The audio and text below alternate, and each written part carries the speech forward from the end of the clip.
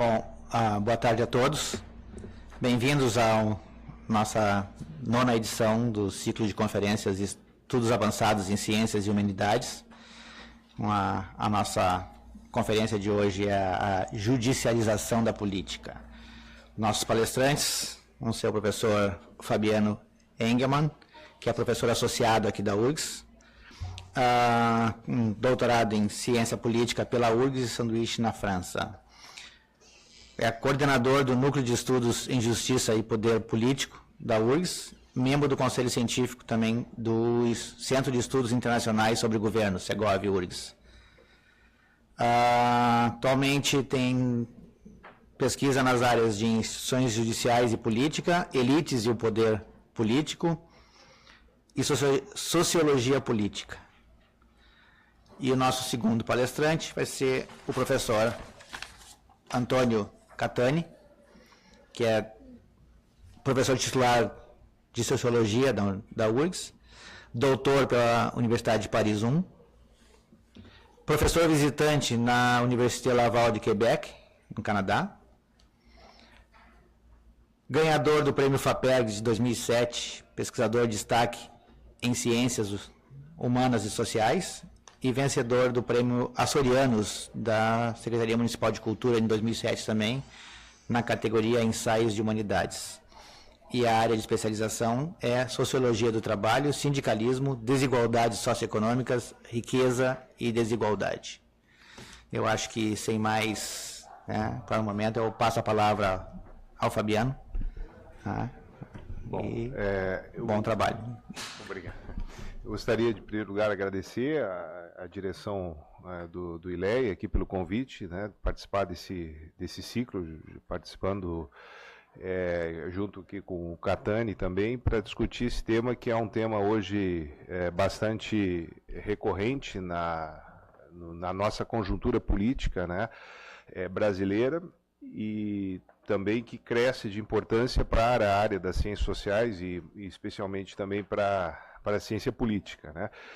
Então, eu vou iniciar assim, procurando fazer uma contextualização mais geral da noção de judicialização da política e da emergência dessa noção, para depois tentar discutir um pouco isso a partir digamos assim, da trajetória desse problema, dessa problematização dentro do cenário brasileiro, até tentar chegar na nossa conjuntura conturbada, onde, claro, o Poder Judiciário, o Ministério Público tem tido esse papel tão central na vida política, mas isso, claro, se deve também a algo que vem um pouco de longe no Brasil, principalmente a partir do processo de redemocratização.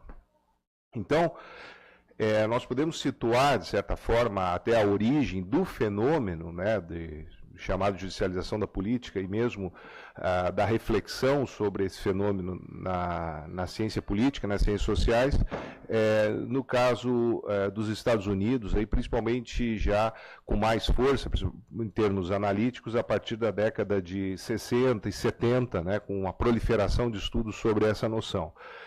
Bom, os autores, em sentido geral, e aí é o primeiro problema, porque há uma série de divergências sobre essa questão da judicialização da política, se ela é positiva, se ela é negativa para o regime democrático, se ela é positiva, se ela é negativa para a emergência, digamos assim, para o aprimoramento da representação política. Os autores, em sentido geral, americanos, vão identificar 3 grandes dimensões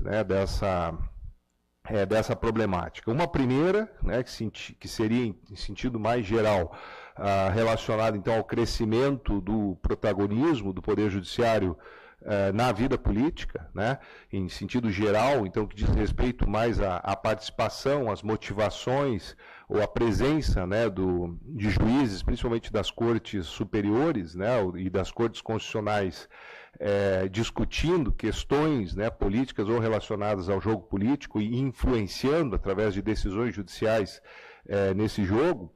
E essa dimensão, ela respeita principalmente a uma problemática que no direito, né, se chama o controle de constitucionalidade das leis, né, que é a ideia, então, do judiciário enquanto um poder, né, que emite decisões que dizem respeito às regras, né, do jogo político, a regra de atos de governo, e possui, então, a última palavra sobre a interpretação do caráter legal, do caráter constitucional dessas regras. Então, isso é uma dimensão que se desenvolveu em um conjunto de estudos, né, inclusive uma linha de trabalho bastante forte na ciência política, com interface também com o direito constitucional.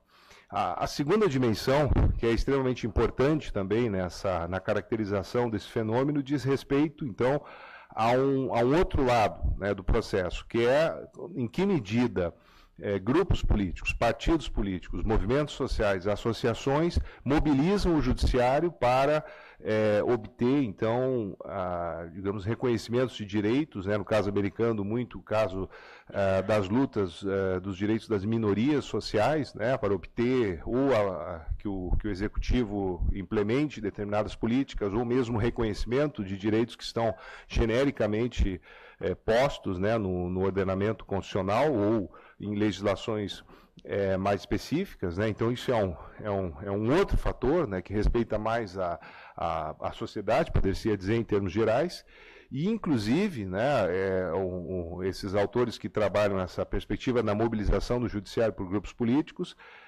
vão trazer que muitos movimentos sociais, muitos movimentos associativos americanos redirecionaram, né, principalmente na década de 70, né, década de 80, suas estratégias de luta política para o litígio judicial, ou seja, investiram, né, no recrutamento, na organização de advogados, né, que então se profissionalizaram em defender grupos sociais e trabalhar com uma espécie de ativismo político judiciário. E claro que isso encontrou no judiciário americano uma recepção, né, por parte principalmente nas cortes superiores, então, por parte de juízes ou ministros dessas cortes mais engajados em procurar dar um sentido social às suas decisões judiciais. Então, isso é uma outra dimensão desse fenômeno que também gera aí uma literatura específica.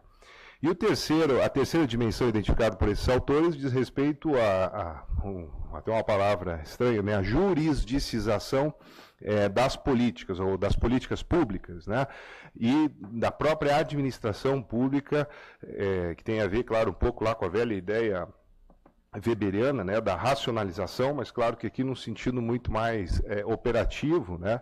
Então, que pode ser resumido no seguinte: os governos em regimes democráticos tendem a crescentemente, né, e aí tem um certo viés evolucionista nessa linha de trabalho, a ter que formalizar, justificar, enquadrar suas decisões, né, de políticas e em diversos setores nas normas legais. E, nesse sentido, importam, né, do judiciário também determinadas formas de organização, de procedimento, etc. E tudo isso, então, gera uma ampla jurisdicização dos atos de governo. Dois autores, na verdade, uma coletânea, né, que marcou muito essas concepções dos Estados Unidos, foi esses dois autores, Tate e Vellender, né, no livro A Expansão Global do Poder Judiciário, que saiu em 1995, já um trabalho que repercute muito o que acontecia nos Estados Unidos na década de 80, e que então identifica o que eles vão chamar de causas da judicialização nessa perspectiva, né? Então, entre as causas, eles enunciam lá, né, a existência, então, de um regime político, né, que assegura a separação dos poderes de forma muito nítida, né, isso não é algo assim tão óbvio, porque, apesar do Montesquieu ter escrito lá em 1715, né, o Espírito das Leis, onde tem o capítulo 11, que trata da separação de poderes, por exemplo, nos países europeus, principalmente na França, o Poder Judiciário não tinha, né, até então, até tempos recentes, uma independência tão grande quanto vai ter, por exemplo, no modelo americano. Também chamam a atenção para isso que outros autores vão falar, que é o uso dos tribunais, a mobilização dos tribunais por grupos de interesse, né, e principalmente pela oposição política, E trazem alguns elementos que são importantes aqui, né? Como, por exemplo, esse da inefetividade das instituições majoritárias, ou seja, o que seria isso? Né? A inefetividade seria a incapacidade de mediação de determinados temas políticos pelo Legislativo e pelo Executivo. Isso em sentido geral, né? Numa federação isso se espalha, né? Para todas as esferas, Câmara de Vereadores, Assembleias Legislativas, etc. E aí, claro, além disso, o último elemento que eles trazem é a ideia de que haveria, então, uma delegação voluntária por parte do Executivo e Legislativo, né, do que eles vão dizer, bom, assuntos problemáticos, ou que as instituições majoritárias têm dificuldade de tratar, e que seriam, então, jogadas para o Executivo. Né? Então, por exemplo, questões que envolvem questões morais, como a problemática que foi mediada pelo STF no Brasil da legalização do aborto, né, e outras questões, então, que poderiam, no Legislativo, ter gerar um custo político muito grande para que o Legislativo atuasse. Bom, chegando um pouco no caso brasileiro, né, nós vamos ter essa problemática da judicialização da política mais presente a partir do período da redemocratização, né? Então, isso é interessante aqui, fazendo um parênteses, porque que mostra, inclusive, um desenvolvimento, né, mais recente na ciência política brasileira dessa problemática. Né? Se nós tomarmos, por exemplo, todas as questões relacionadas a partidos políticos, ao sistema partidário, aos estudos legislativos, né, às coalizões, nós vamos ter toda uma literatura que discute a democracia de 46, o período 46-64, ao qual a literatura que analisa após 88, né, essa problemática se reporta, né, ou pode discutir e construir referenciais. No caso dessa problemática da judicialização da política, é praticamente inexistente essa literatura anterior, né, ou seja, é um fenômeno bastante mais recente e que, então, demandou também a construção de referenciais analíticos, organização disso, a partir do processo constituinte.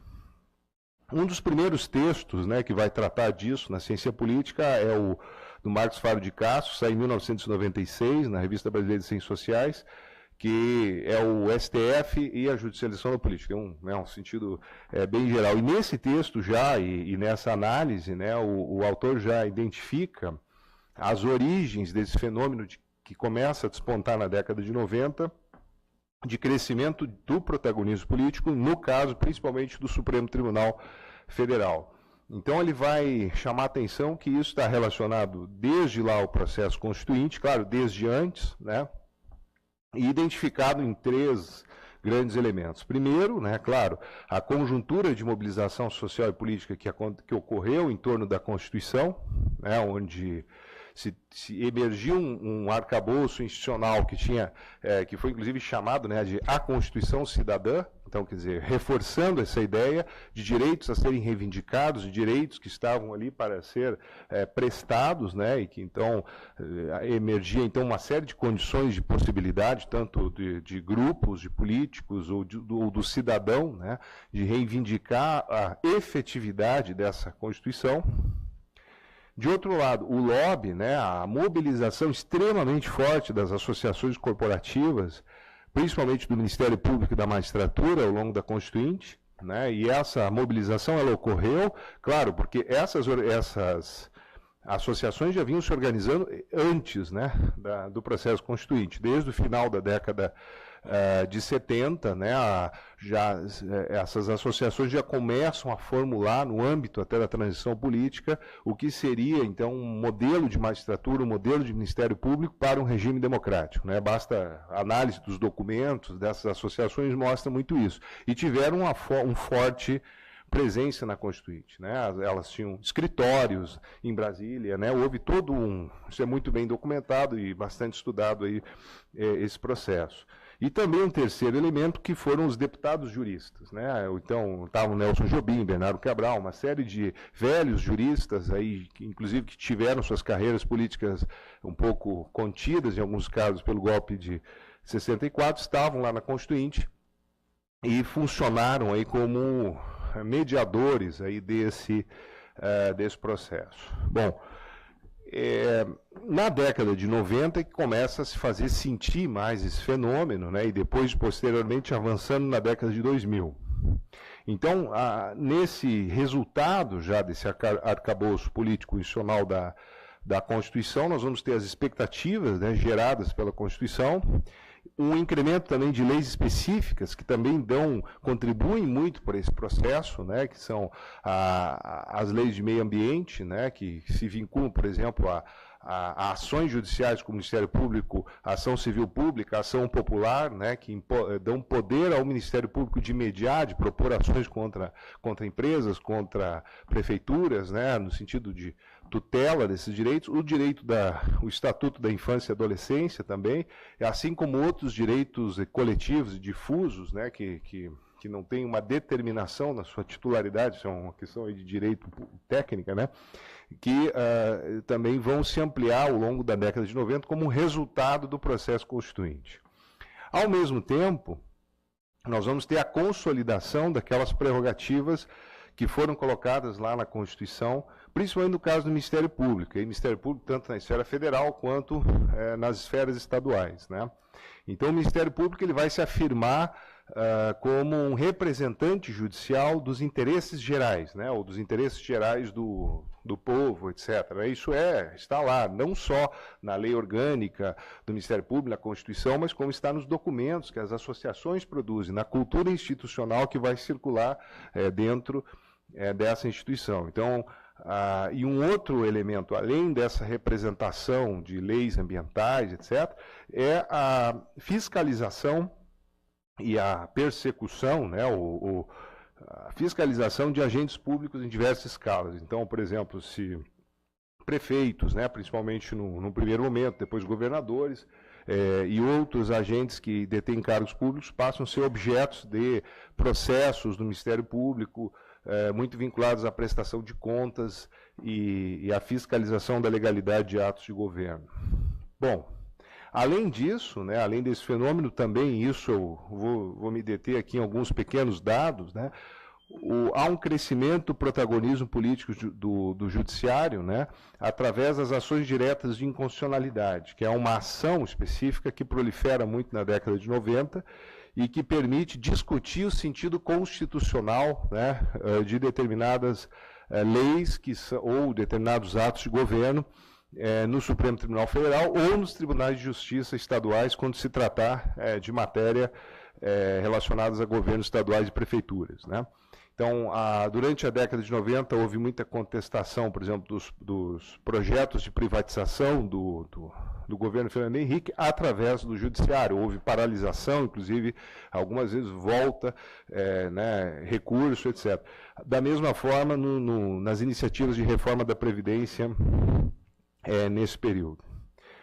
Uma primeira leitura desse fenômeno, e aqui é muito importante, né, da judicialização da política no Brasil, foi trazida mais densa, né, foi trazida pelo trabalho do Luiz Werneck Viana e a equipe dele lá no antigo IUPERJ, nesse livro, A Judicialização da Política e das Relações Sociais no Brasil, que saiu em 1996, já refletindo, né, na ciência política e na análise política essa primeira vertente aí do que vinha acontecendo no pós-88.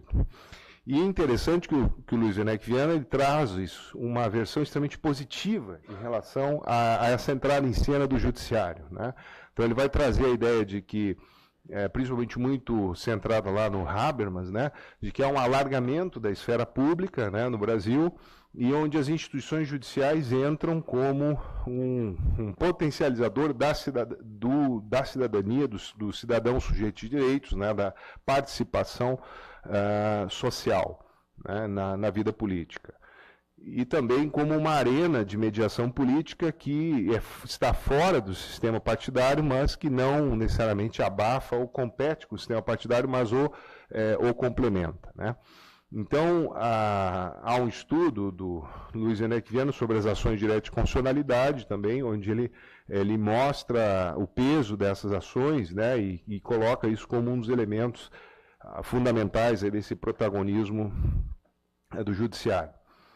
E também um outro fenômeno, aí vai mais para a avançando na década de 2000, eu não vou me estender, falar muito sobre isso, mas tem uma ampla literatura, e aí já é uma literatura mais recente, né, na segunda década do século, né, 2000, 2010, por aí, que incide sobre a análise da judicialização de políticas públicas, né? Então aí já é algo que não diz respeito tanto ao jogo político como um todo, né? Mas mais às políticas, principalmente as políticas de saúde, né? Com a proliferação de ações judiciais nos estados, demandando internação hospitalar, distribuição de medicamentos, né? Sem necessariamente passar pela lógica aí das administrações das prefeituras, né? Então são ações onde o indivíduo vai lá na Defensoria Pública, né, ou contrata um advogado, entra com uma ação para pedir algum medicamento e que não está necessariamente previsto lá numa política de uma prefeitura determinada. Bom, não sei se vai dar para enxergar isso aqui. Bom, aqui seria um quadro, né, uma tabela que está num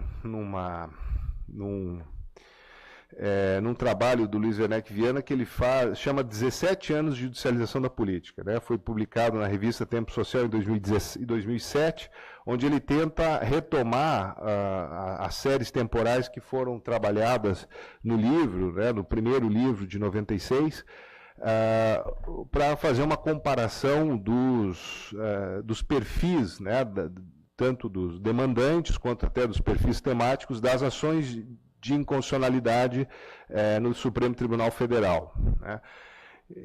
Então, ações que vão discutir, né, normas e atos de governo. Então, nessa primeira tabela, eu só vou trazer 3 aqui para não me estender, mas é muito interessante esse artigo. Ele busca fazer a análise da distribuição, ou seja, a relação dos autores dessas ações de direito de constitucionalidade e os períodos de governo. Então, ele toma lá o período pré-Fernando Henrique Cardoso, até 94, né, o período Fernando Henrique Cardoso, 95, 2002, e depois o período do governo Lula, 2003, 2005.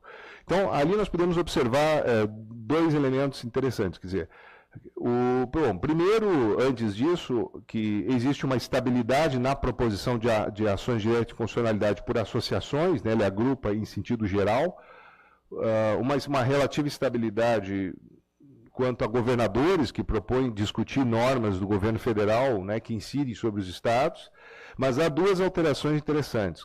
Uma relacionada aos procuradores, né, e aqui se trata do Ministério Público Federal, que vão litigar em termos de inconstitucionalidade muito mais contra o governo Lula do que contra o governo Fernando Henrique, né? Dá para verificar ali uma alteração importante nisso.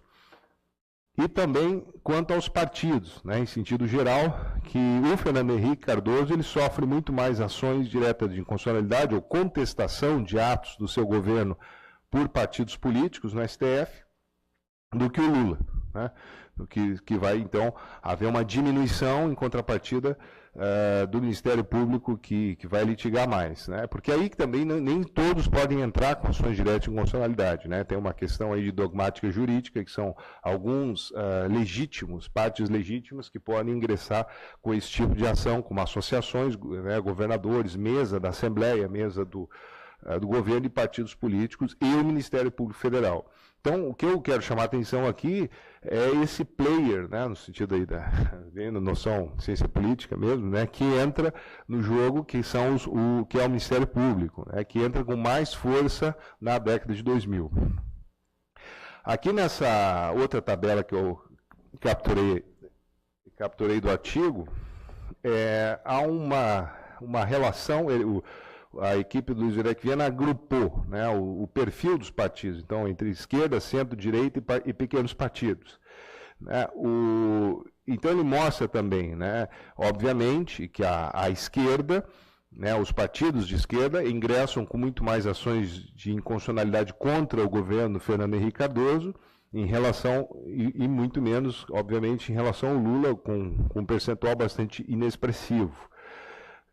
né? E, obviamente, os partidos que ele agrupa como direita, né, vão ingressar muito mais contra o governo Lula, né? Então, isso aqui mostra, né, esses dados aqui, há uma série de tabelas nesse artigo, onde eles fazem uma série de cruzamentos interessantes, mas mostra, evidentemente, esse viés de mobilização, né, do Poder Judiciário, do STF, no jogo político, por minorias, né, por partidos que são minoritários em relação ao governo, e também um protagonismo crescente nesse período do Ministério Público Federal. Claro, há dezenas de outros estudos que tomam as assembleias regionais, né? Quer dizer, isso nos estados se espalha de forma muito mais intensa, porque os governos têm muito mais, os governos estaduais têm muito mais dificuldade de compor maiorias nas assembleias do que no caso das coalizões federais, pelo menos até o governo Lula, né? Nós temos que refletir. Hoje nós estamos vivendo um cenário bastante, mais complexo nesse aspecto. Então aqui tem um fator interessante. Quanto às matérias, né, a última tabela aqui, que eu tomei dele, quer dizer, o perfil dos temas que são discutidos também é interessante, né? Quer dizer, 60% dos temas que são discutidos nessas ações de inconstitucionalidade nesse período de 98 a 2005, dizem respeito à administração pública, né? Então, muitas vezes é o próprio Estado, uma parte do Estado, litigando contra outra parte do Estado. Isso aparece, por exemplo, nas demandas de saúde na década de 2000. Né? A Defensoria Pública, que quer autonomia, reivindica prerrogativas, etc., entra com ações para pedir medicamentos contra o governo do Estado, e quem faz a defesa é a Procuradoria do Estado, que então tem as duas, quer dizer, dois entes do mesmo Estado, do mesmo tesouro, inclusive, duas corporações. Então, claro que há uma série de estados que estão, de governos que estão tomando iniciativas para equacionar isso, né, fazendo projetos com o judiciário, etc. Mas é interessante isso. Então, isso também tem muito a ver com matérias públicas, né? Nessa parte das ações de direito de constitucionalidade é menos preocupação com política social, regulação econômica, política tributária ou outros elementos.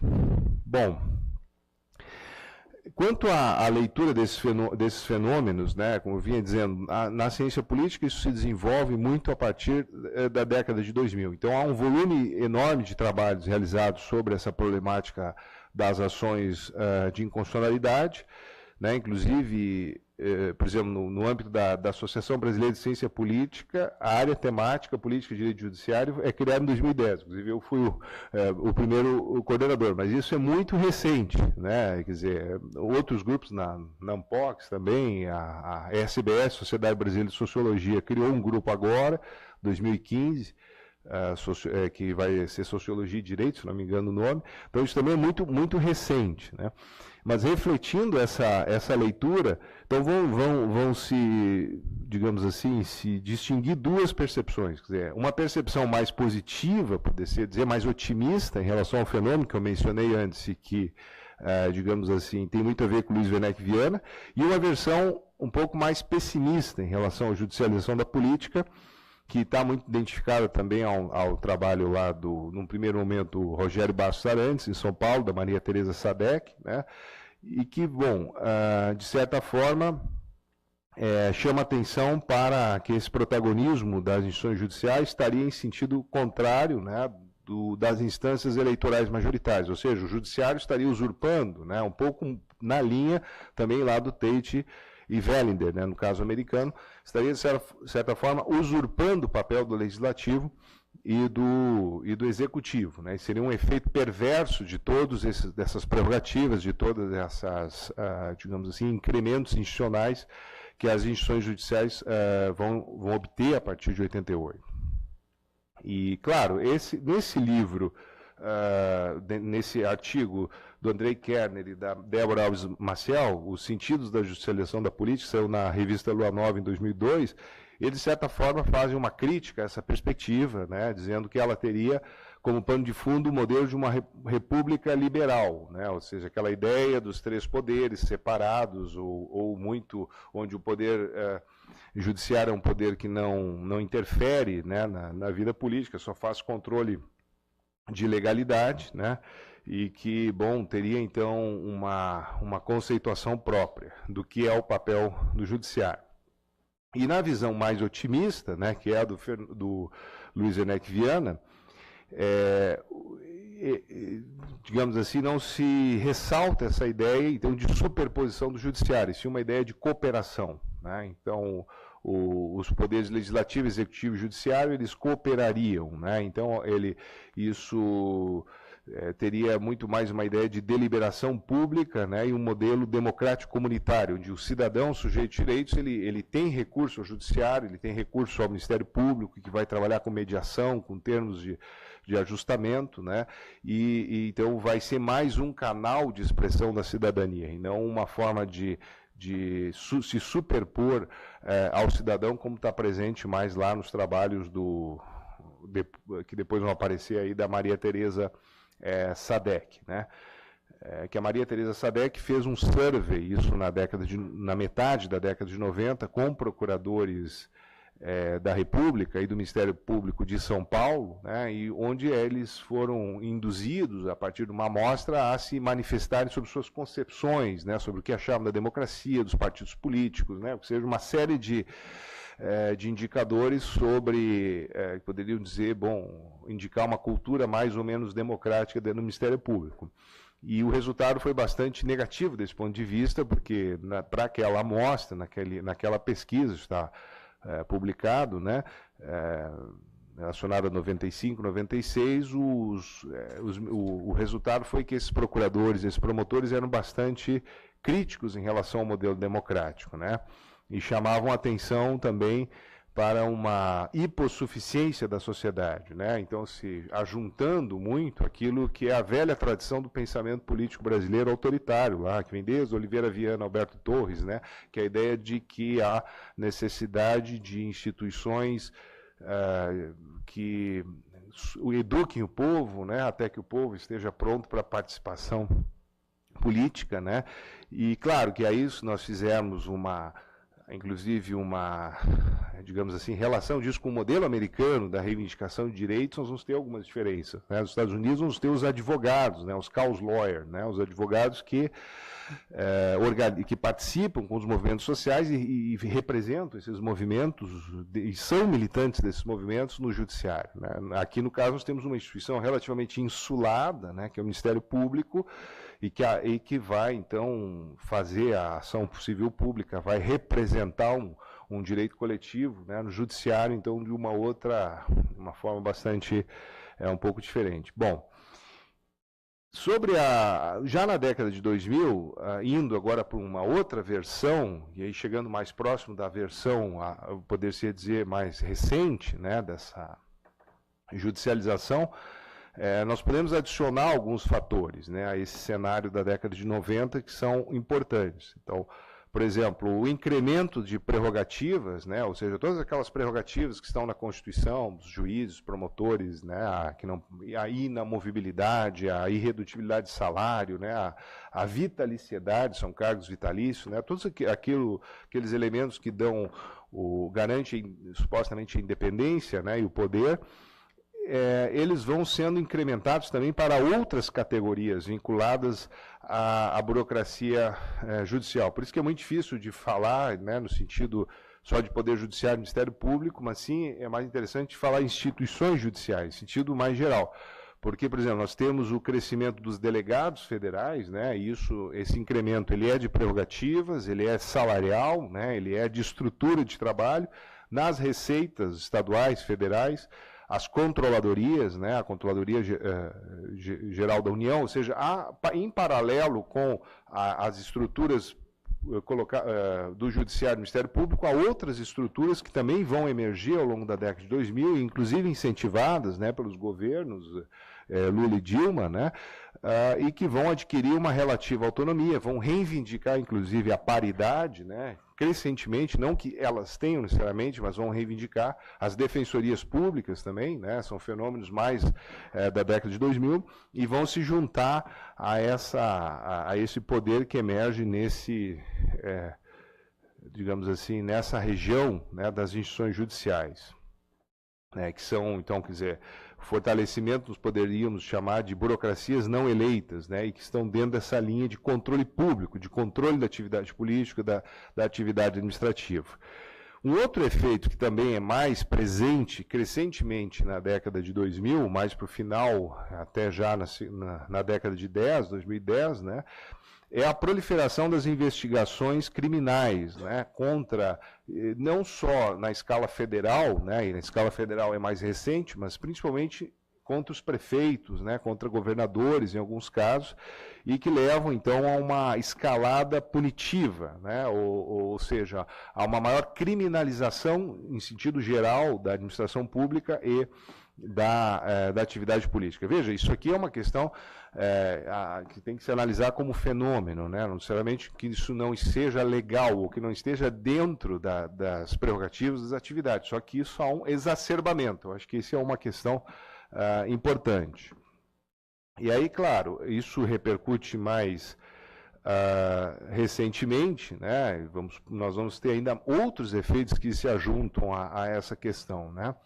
Então, primeiro, o fortalecimento dessa cultura, principalmente no Ministério Público, uma cultura institucional antipolítica, né, em termos gerais, que já era detectado nesse trabalho da Maria Tereza Sadek e equipe, né, lá no final da década de 90. Né, através daqueles surveys que foram realizados. Né? Então, ou seja, o exacerbamento e uma disseminação dessas concepções moralistas, né, autoritárias em relação à política, ou da ideia de uma sociedade hipossuficiente, e isso se casando com mais dois elementos que são efeitos de conjuntura. Né? Por exemplo, a maior proximidade com a arena jornalística, né? Ou a ideia da imprensa do jornalismo político, que ela vive do escândalo. Né? A imprensa vive do político, ela vive do escândalo político. Né? Isso não é só aqui no caso brasileiro, isso é um fenômeno generalizado em regimes democráticos. Então, quer dizer, uma aproximação maior desses grupos, uma aproximação também com os setores das associações empresariais, principalmente os promotores de ideias, né, os think tanks, no caso internacional, mas os think tanks no Brasil, né, e uma conexão interessante que também é detectada, principalmente nessa geração mais recente, né, se nós tomarmos hoje os promotores, né, os procuradores federais têm um protagonismo muito grande nas operações, por exemplo, de combate à corrupção, uma conexão com o espaço internacional. E esse espaço internacional, em sentido geral, se dá tanto por think tanks como fundações que são conhecidas aí, na promoção do neoconservadorismo americano, né, quanto do próprio governo americano, com cursos e passagens como palestrante, com intercâmbios, convênios, né, com o Departamento de Justiça, e que se associam a um catecismo, né, maior da promoção da transparência, do combate à corrupção mais recente. Então, indo para o final aqui, eu só trouxe alguns quadros que são interessantes, né, só para ilustrar um pouco do que eu falei dessa última parte. Né. Eu tenho ali uma figura do procurador um dos principais procuradores da Lava Jato, né, que pregando na Igreja Metodista, e que é também um indivíduo, então, que associa, né, essa ideia de que o combate à corrupção, a ideia da punição legal, jurídica, dos indivíduos que adotam condutas, né, e tipificadas com corrupção, ela não deve ser só jurídica, ela deve ser também uma cruzada. Né? Então, isso envolve desde a proposição de medidas no Congresso, pelo Ministério Público, agindo quase que, né, como um player político, né? Envolve palestras para associações empresariais, né, envolve uma mobilização da sociedade. Né? Então, isso é uma questão interessante como um fenômeno que parte não de uma esfera de um partido político ou de um grupo, mas sim do Ministério Público. Né? Então, aqui um outro exemplo do juiz Sérgio Moro, né, também que participa, né, de palestras nacionalmente, e muitas vezes apoiado por associações empresariais, né? E também é um outro exemplo de digamos assim, de uma escalada num outro sentido, né? Numa ampliação que vai muito além do espaço judicial na pregação de um modelo político. Bom, finalizando aqui, então, consequências que nós podemos ter, digamos, dessa versão mais recente, né, da judicialização. A gente pode discutir isso posteriormente. Então, quer dizer, primeiro é um risco de captura, né, estou falando aqui em termos gerais, claro, né, que se isso já ocorreu ou vem ocorrendo, né, então, quer dizer, o uso de operações de combate à corrupção ou desse punitivismo, né, jurídico por grupos políticos que não necessariamente comprometidos com o pluralismo democrático, né, o incremento do poder e de privilégios, né, e aí entram privilégios corporativos mesmo, dessas categorias de agentes judiciais, então muitas questões que poderiam ser discutidas, né, sobre altos salários, enfim, o excesso de privilégios ou de abuso de autoridade, que vão ser um pouco matizadas em função desse clamor público, né, em torno da escandalogia e do combate à corrupção.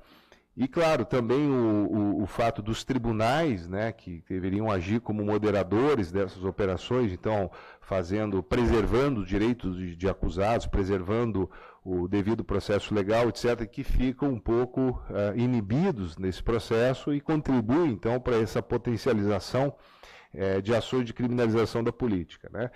E o principal risco também disso, nós não podemos deixar de entender isso também, porque aqui é uma questão complexa, tratar judiciário e Ministério Público como uma unidade, né? Quer dizer, existem diversas percepções dentro dessas instituições, existem divergências, né? Existem de debates sobre todo esse processo, né? Então, isso não é algo unificado, mas, claro, que sempre há pequenos grupos que são até que são mais próximos aí da arena jornalística e obtêm uma maior visibilidade pública. É o próprio risco do efeito, né, bumerangue, ou seja, a resposta que o sistema político, né, que o campo político vai dar ao judiciário, ao espaço judiciário, num segundo momento, que nós já temos isso, por exemplo, alguns exemplos na própria Itália, né, que sucedeu ao Mãos Limpas, né, quer dizer, que efeitos nós vamos ter isso, a emergência de lideranças políticas, né, um pouco antipluralistas, né, e a próprio risco de se propor aí uma reforma mais radical, por exemplo, do judiciário, que vai comprometer a própria independência judicial, que no fundo é uma garantia, né, do cidadão contra uma série de elementos, mas no que isso, né, pode redundar, né? Então, são algumas questões aí que eu trouxe para debater. Eu trouxe de forma bastante geral, mas que eu acho que podem ser depois especificadas. Tem essa foto aqui ainda, mas aí é só para alegrar um pouco, né? Que parece aí ou não, né? Não, aqui embaixo é o Exército, né? Então é a televisão, a Justiça e a Armada. Né? Bom, muito obrigado, então.